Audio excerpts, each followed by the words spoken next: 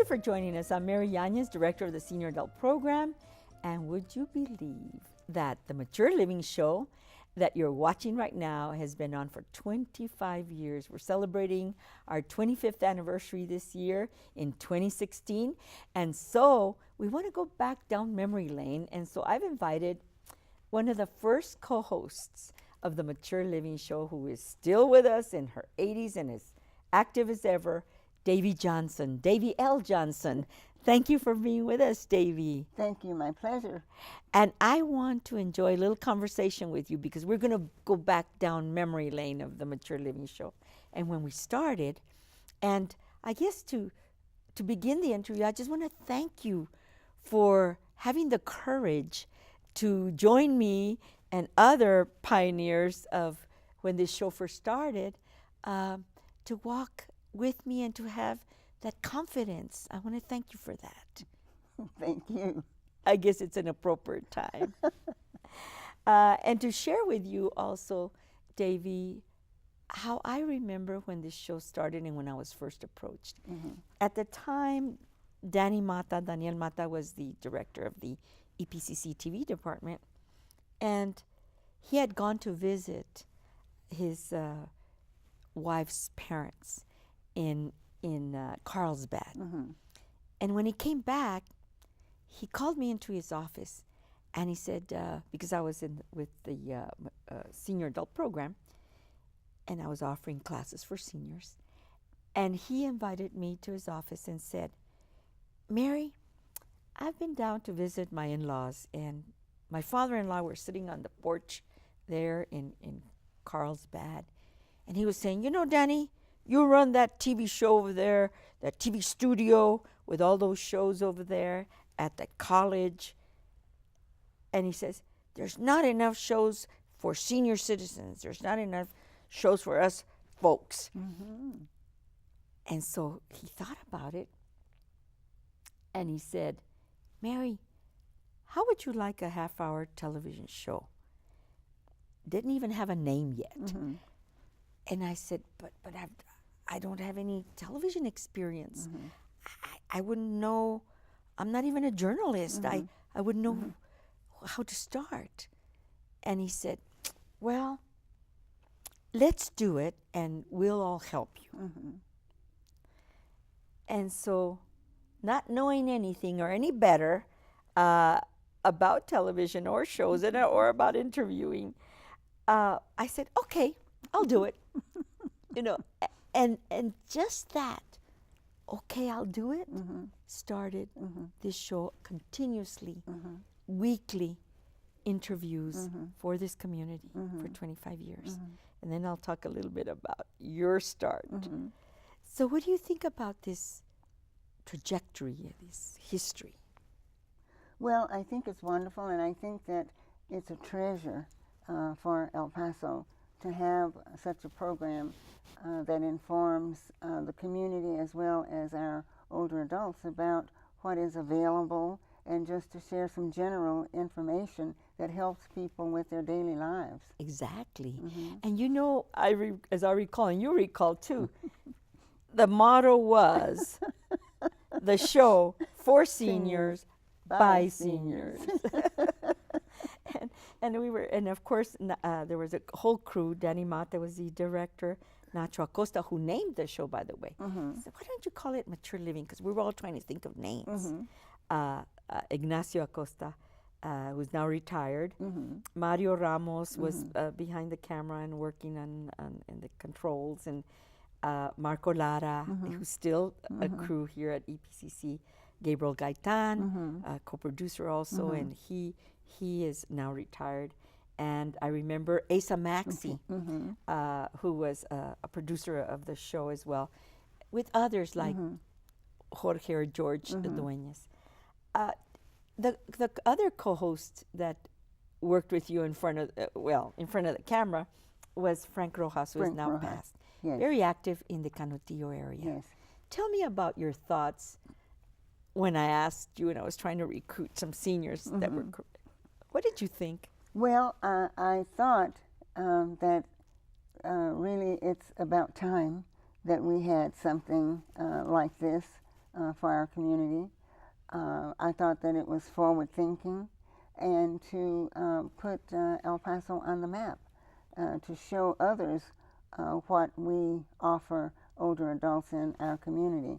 And perhaps other communities would copy what we were doing. Yes. I have to tell you that Frank and I talked, and we were both very apprehensive, and that and that's putting it mildly.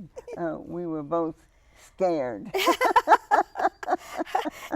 And I'm sure we're going to show a little clip of you all, you know, in the first show, and how you approached your new volunteer, because it was all on a volunteer basis. Everybody that came on the show and helped. Well, we were just very frightened, and you can probably tell from our posture and our the tone of our voices. My name is Davie Johnson. Welcome to our first show, which highlights programs, services, and new developments in the world of the mature adult. My co-host is Frank Rojas. It's good to have you on board, Frank. Well, I'm very glad to be here, and hopefully we can make this one of the best programs in the community, because it's very important to the senior adult program, to the senior adults. We were all very apprehensive, and as a matter of fact, I don't know if you remember, we had written every word we were going to say. Like a script. Yes, absolutely. And but we didn't have a teleprompter, so No. we were like, we're thought- memorizing. Right, and we thought we did not dare Go off script. Right, exactly. We had better not, or things would just fall apart. And so, my name is Davie Johnson. And one of the things that I do recall also is that you interviewed me that first show. Yes. You interviewed Mary Yanez, director of the senior adult program, or at that time I was coordinator of the senior adult program, and that was kind of scary for me too, being on the guest chair. Yes. Well, none of us had any TV experience.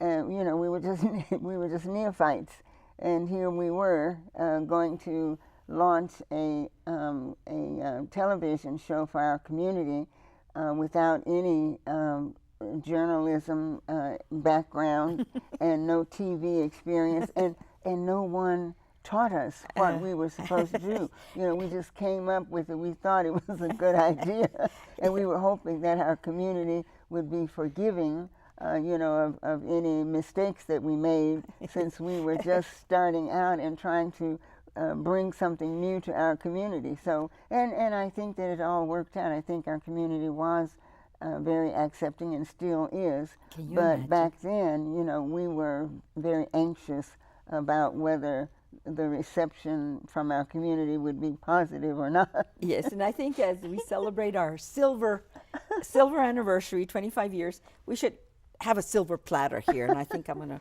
see if I can get one in, just to remind us that we've walked the walk. Endured, We yes. talked the talk, and then we walked the walk. Yes, absolutely. So it was Davie Johnson, it was Frank Rojas, Teresa Aguirre, and she was also co-hosting. Very interesting conversationalist.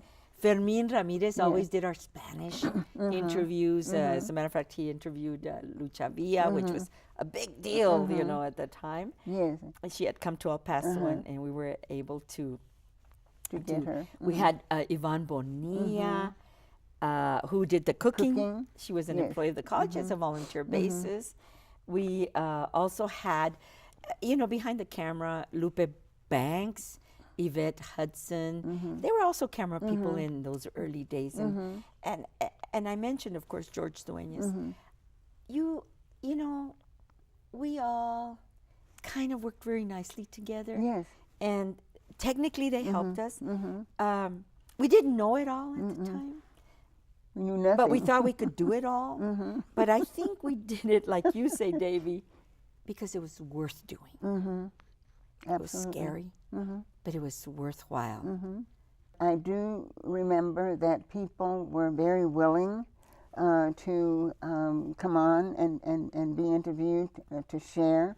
They were like us, anxious but willing to share their talents and the information that they had to help our community grow. Yes. And I really don't remember who we interviewed. The only person I really remember interviewing was you. Welcome, Mary. Thank you for inviting me. Tell me, please, how did this program get started? What was the incentive for it? Well, 1984, the institution, the community college, realized that because of the population growth of seniors in the community, that we needed to take the leadership to develop and provide relevant educational programs and services for seniors in this community. One of the nursing homes, one of the assisted living homes, donated a couch to us and a chair that I think we used for 20 years. We had the same furniture. But now we have a nice set. And we saved a little money over 20 years, and we bought this beautiful set. And it's so pleasant to speak with you again about those early years. It's my absolute pleasure. I like reminiscing about those times, and I see the progress that this program has made. So much more professional, and to have it be available to the public on YouTube. Yes. Yes. Wow. How Isn't that about something? that? Yes. And so to have it advertised in the local newspapers, and to have it advertised on the television stations at various times, so that the community has multiple opportunities to watch. And you know, you were part of it. We thank you. Thank you for coming to visit us here in Mature Living on the My set again. absolute pleasure. And come back again. Thank you. I know you're busy. Thank you so you. much. God bless you. Thank you so much. Davie L. Johnson, Thank you so much, one Mary. of our first co-hosts of the Mature Living back, October 1991, 25 years ago. We'll be back.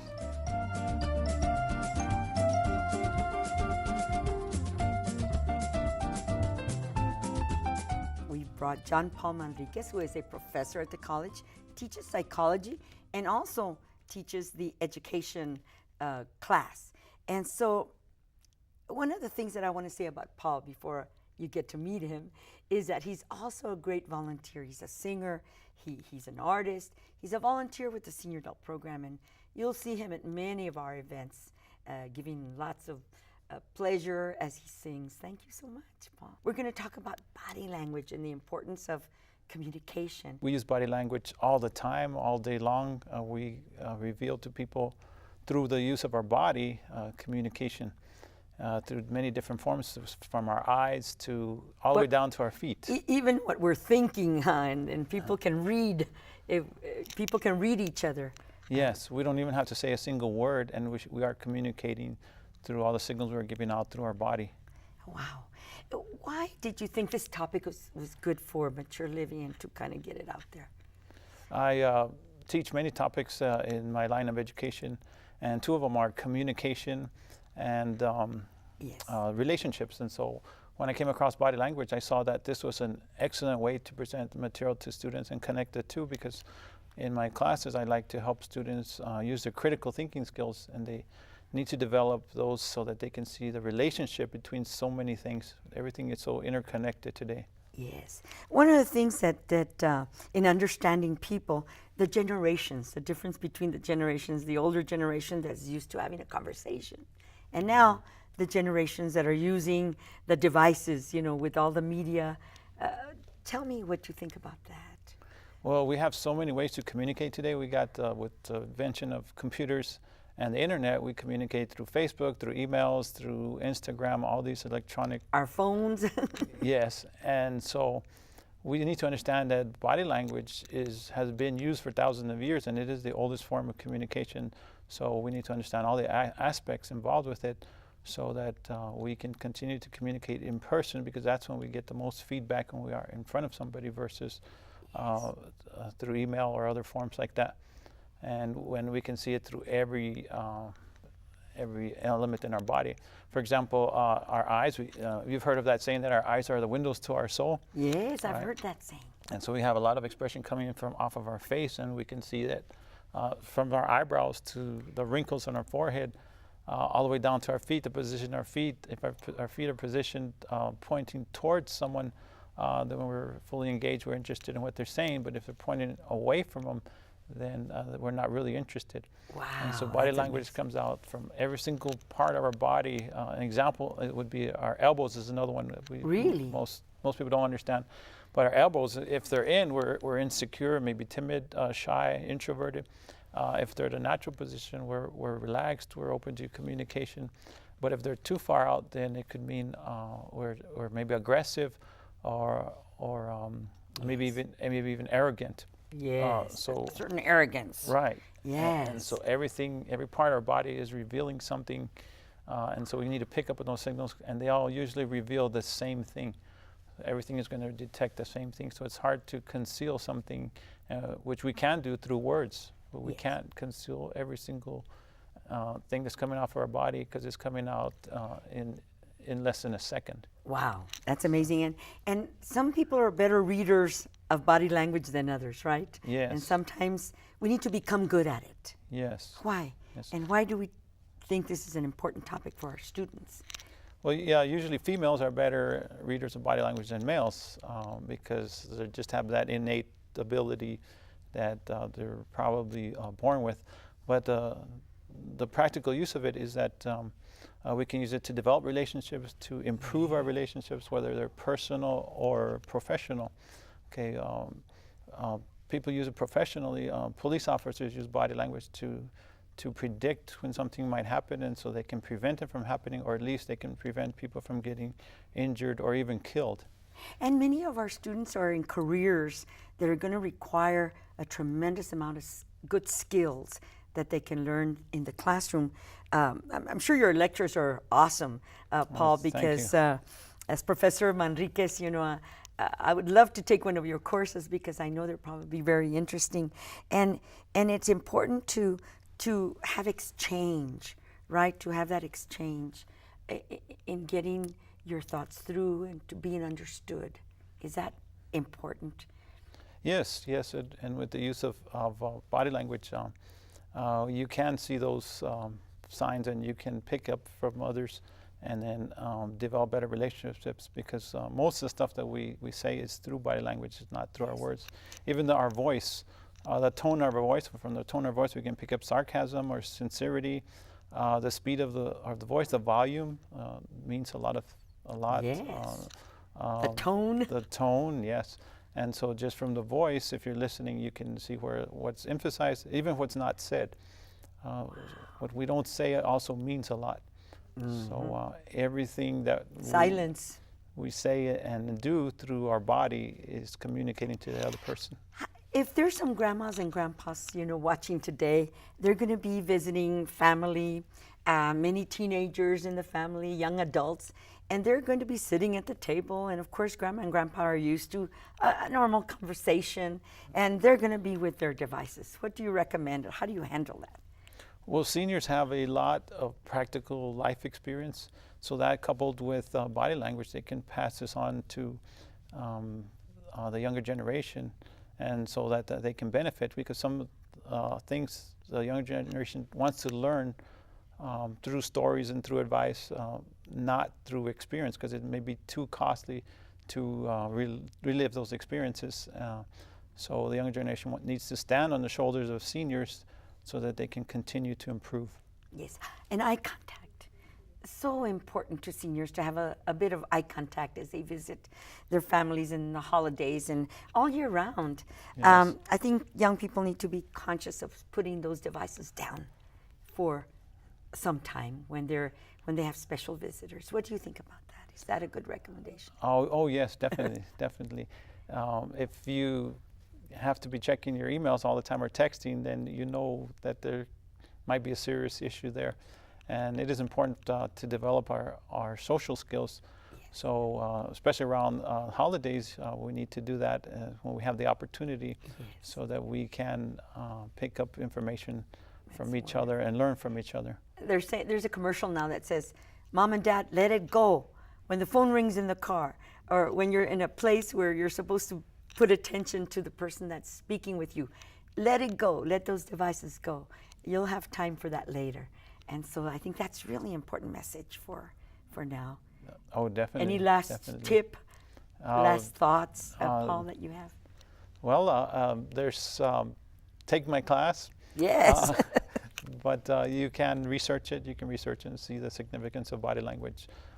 In society that is moving more toward technology, we still need to have people skills, because people are what drive technology, and we're the ones behind it. And so we'll always need people skills, and we always will need these things, because we are the most important things. We're the ones behind the material thing, behind the technology. Yes. And the machines and technology, it's only as good as the one operating them. What examples can you give us about body language that are important for our viewers to know? We can start with the eyes. You can tell somebody's sincerity by looking in their eyes, or their superficiality. Their lips, if they're, and we're starting from the face and we'll go all the way down to our feet, but the lips, if they're biting them or they're tense, you can see the lips tense up. That reveals anxiety or nervousness, or maybe they're concealing something. Yes. So all these are coming out through the face, the eyes. We've got a lot of muscles in our face, and so it'll show either a sadness or fear or hate or disgust, or all these feelings that we have inside of us. And also we can, then we go to the body tilt. If we're leaning towards a person, then they know that we're interested and we are paying attention. If we're leaning away from them, then we're not really interested, or we're not paying attention, or both. Mm-hmm. We go elbows. The position of our elbows shows if we are insecure or shy. If they're normal pace, shows confidence. If they're out, it could show arrogance or even aggressiveness. Yes. Our hands, the way we have them, could mean. And you've seen President Bush do this when he addressed the nation years ago, and this means a sign of superiority. Or if your hands are clenched, are together. It could be calmness, relaxed, versus. Many preachers and priests, have their hands like this. Yes, that's a good sign. That's a good sign. Calm, relaxed. However, sometimes our hands might be clenched, and so that's not a good sign. It's aggressiveness, anger, maybe. Yes. Yes. And but if we're fidgeting with our fingers too much, or any parts of our bodies, or we're fidgeting, then that could show nervousness, or maybe we're lying or concealing something. If we go back down to the signs of body language, even down to our ankles, we cross our legs too. Yes. That's another, being conservative versus open. Yes. And the way we point our toes, wherever they're pointed. If I'm pointed towards the door, that means I'm more interested in leaving versus pointing towards you. So sometimes you can also, stand up. Yes. The conversation's going real well, and all of a sudden I stand up. That means it's time to go. Yes. Thank you very much. See you later, right? Exactly. But one very important thing to understand about body language is that it's not any one sign, because I can be like this, and it could just mean that I'm cold. That it might be cold in here. Okay, but if it's not cold in here and all my signs say the same thing, then it means that I'm not interested. So if my feet are pointing away from you, my knees are pointing away from you, my body's tilted away from you, my arms are crossed, I'm maybe not looking at you, that it's all saying the same thing, that I'm not interested. Yes. So one sign could just mean that I'm cold, but all the signs together, it's very hard to conceal what you're thinking and what you're feeling, because it comes out so fast in every movement of your body that you can't control everything. We can control the words we say, but we can't control every single body movement, and that's why it's so effective. So important, that so body important. language, and reading it and displaying it. Yes. Both receiving it and giving it. Yes.